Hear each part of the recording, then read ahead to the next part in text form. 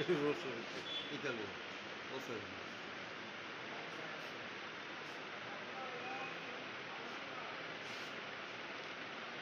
বাথরুমের অবস্থা কিরকম? বাথরুমের আছে ময়লা জল ময়লা জল ফালা যেমন না সবজি ওই বাথরুম করে সব একটু এইরকম পরিবেশ কি কারণে জানেননি? দেখতাম পাই না গিয়ে লেগে আচ্ছা এলাম ম্যাডাম ডাক্তারে কোথায় আইসে না কে আইসে না ওই যে তারা পয়সা করে হুম। তাহলে কি তার করতে হরতাল করতে না গিয়ে তো দেখে কি মনে হয়েছে, মানে কতদিন যাবত এগুলি পরিষ্কার করা হয় না?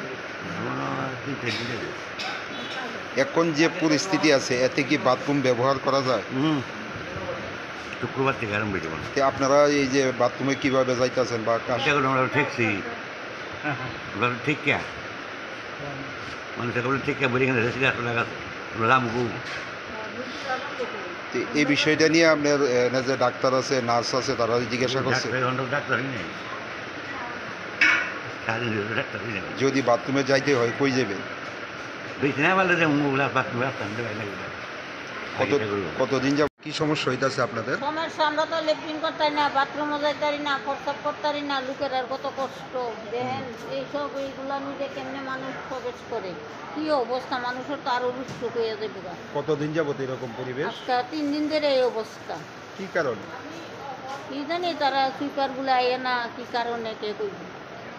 এই পরিবেশের মধ্যে আপনাদের কি কষ্ট ওই তো হইতাছে? এই পরিবেশে তো আরো রোগ হয়ে যাবে গা। এইসব ইটা নেমে নোংরা জিনিসও থাকলে কি অবস্থা। এইসব নোংরা জিনিস মানুষ বাস করে কেমনে? হ্যাঁ, এই পরিবেশের মধ্যে মানুষ থাকে কেমনে কর না? কি অবস্থা জঘন্য করে রাখছে। বাথরুমের থেকে কি কোনো দুর্গন্ধ হইতাছে? হ্যাঁ, দুর্গন্ধ, আমরা থাকতাম পারি না এই অবস্থা। এরপরে দেখেন না এই অবস্থা, যে সুরা নাই যারা নাই, কি নোংরা অবস্থা। মানুষের তো আরো রোগ হয়ে যাবে গা। ওয়ার্ডগুলি পরিষ্কার করা হইতাছে? না, ও কই পরিষ্কার করে, কিচ্ছুই করতেছেন।